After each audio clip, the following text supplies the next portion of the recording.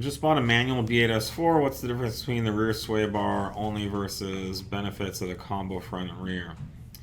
So we for years only offered the rear bar, which we found allowed the car to give it that more aggressive turning, more towards oversteer on lifting throttle applications.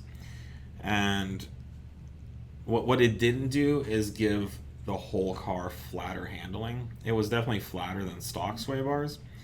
But what we found is there's customers that are looking not to drive the car real loose. They're not looking to go into a corner, sliding into a corner, but they just want to turn aggressively into a corner, and they're not necessarily sliding the car or anything like that, but they just want the car to feel flat and planted.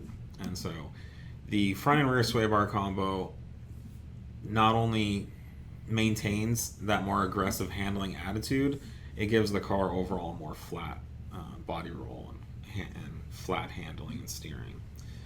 So if that's really important to you, you can go with the full sway bar setup. Otherwise, the rear bar setup gets the job done as far as getting the car to turn and making it handle flatter, but not as flat. What do you have on your B8S4? Just the rear. You still have just Yep. the rear. I'm a fan of pretty tail-happy cars. So. Yeah. Yep. Do you feel like there's excess body roll or more than you'd like, or? Not really, no.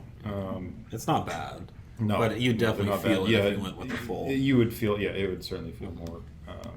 Yeah. It's usually a much tighter response on turning as well with that. That you'll notice with the front sway bar on there as well. You don't have that like transition, the weight transfer that's happening.